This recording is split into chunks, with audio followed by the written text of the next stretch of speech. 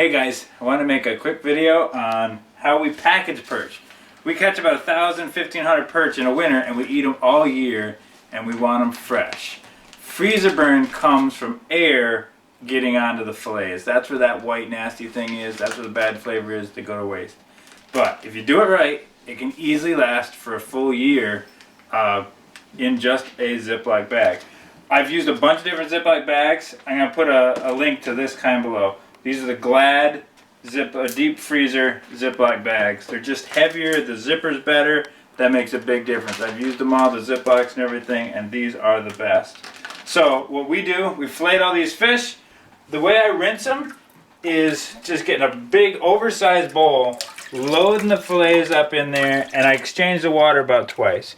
You don't want to saturate the fish in water too much. You want to do this fairly quick, and you want that water to be stone cold as you can get it. Put ice cubes in it if you can't get it colder from your tap.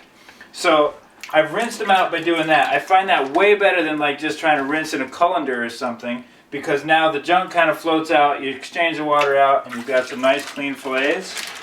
So we like eating perch, and it seems like no matter how many I cook, we eat way too much, and we have a thumbs up.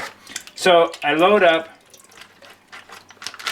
most of the bag, beat them down, and my objective is to get the air out. I'm going to actually add a little bit of water, which again, I just said we don't want to marinate them in water so much because that'll exchange some of the good water that's within the perch. But if I freeze this quick, that water's not going to get to play with it very much. Zip it almost shut. Now this is the magic trick.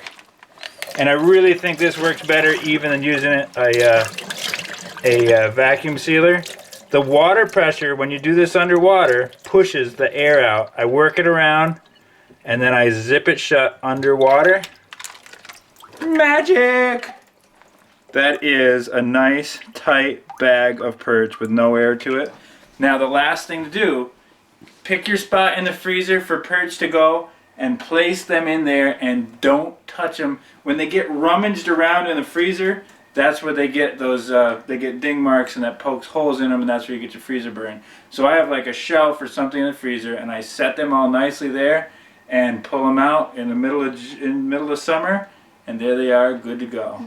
Thanks for watching. Please like and subscribe. We got a lot of videos on how to catch these things too.